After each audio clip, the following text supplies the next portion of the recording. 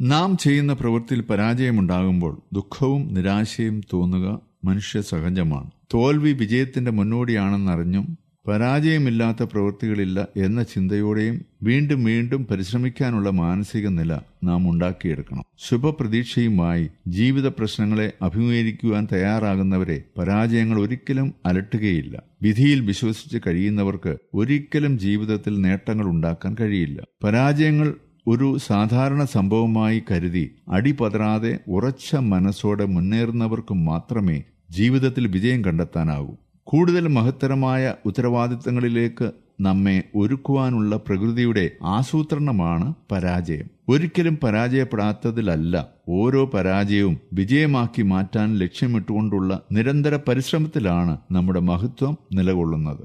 നമ്മുടെ ആത്മവിശ്വാസം പരാജയബോധം മാറ്റാൻ പര്യാപ്തമാണ്. പരാജയപ്പെടാതിരിക്കണോ? ഒന്നും ചെയ്യാതിരിക്കുക.